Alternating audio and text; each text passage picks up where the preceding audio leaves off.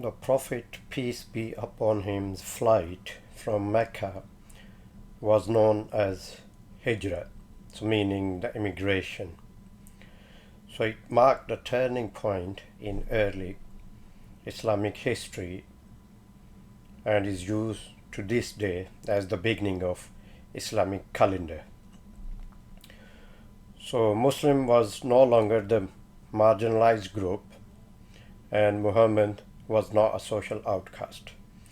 So the Muslim community would now turn Medina into a first Muslim state and Muhammad, peace be upon him, into its leader.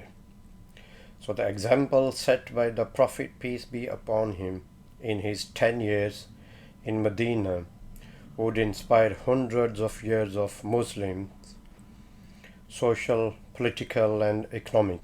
But life in Medina was certainly not without challenging.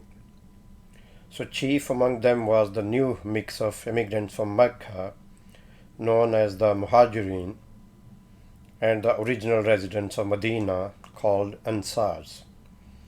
So the Muhajirins were not single, cohesive units, and none of the clans of Mecca converted entirely. So the community of immigrants, represented by a diverse group of people on their own without the protection of a clan or tribe. So in contrast, the Ansar or Ansaris belonged to either Aws or Khazraj, the two embattled tribes of the Oasis. So furthermore, there were numerous individuals who belonged to neither groups, immigrants from lands as far away as Africa, Persia, and Byzantine empires. So many Muslims, where their loyalties should lie was a major question. So in response, the Prophet, peace be upon him, made clear that the old pre-Islamic ideas of loyalty were outdated. Instead, they were superseded by loyalty to the Ummah, the Muslim nation. So in the eyes of Muhammad, peace be upon him, it did not matter if a Muslim hailed from Quraysh, Aus or Khazraj, or even the Jewish tribes. Once they accepted Islam, they were part of a new community of the brotherhood based on shared belief, not shared ancestry. So Muhammad, peace be upon him's new political and social order in Medina came to be codified in a text known as the Constitution of Medina. The Constitution detailed that under Muhammad, peace be upon him's authority, Medina would operate as a state based on Islamic law. The Ummah was to operate as one unit. Furthermore, Muhammad, peace be upon him, would act as the city's ultimate arbitrator. So old Arab customs regarding revenge and honor in the face of injustice were eliminated in favor of a structured justice system based on Islamic law. So the Constitution gave the Oasis Jews freedom to practice their religion, but they had to recognize the political authority of Muhammad, peace be upon him, over the city and join the common defense in case of an attack from Quraysh. So Muhammad, peace be upon him, nation's political entity in Medina, would serve as the model Islamic state for centuries of Muslim governments, and especially into the treatment of non-Muslim minorities. The nature of the continuing revelations change to match the change in circumstances for the Muslim community.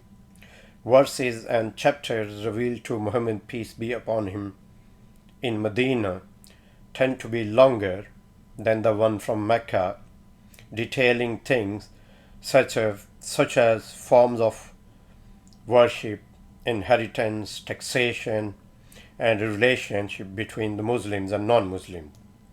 The Quran provided the generalities of how a Muslim society should operate, and where necessary, Muhammad, peace be upon him, explained the precise details. His words and action, known as hadith, were the vital source of guidance and law, second only to God's revelation itself. But Quran was not the only concern with law and social orders.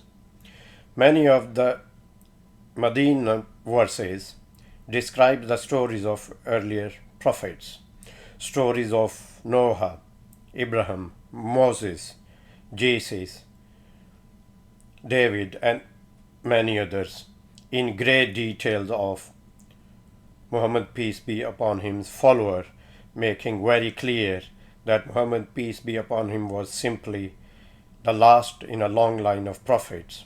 So much of this was aimed at the Jewish community of Medina. On the surface, they shared much in common with Muslims. They were both monotheists in land known for polytheism. They both believed in oneness of the God, and they both prayed towards Jerusalem. As a result, some of the Medina's Jews accepted Muhammad, peace be upon him, as a prophet and converted to Islam. So Jewish scriptures speak of Messiah, and to them Muhammad, peace be upon him, was that promised man.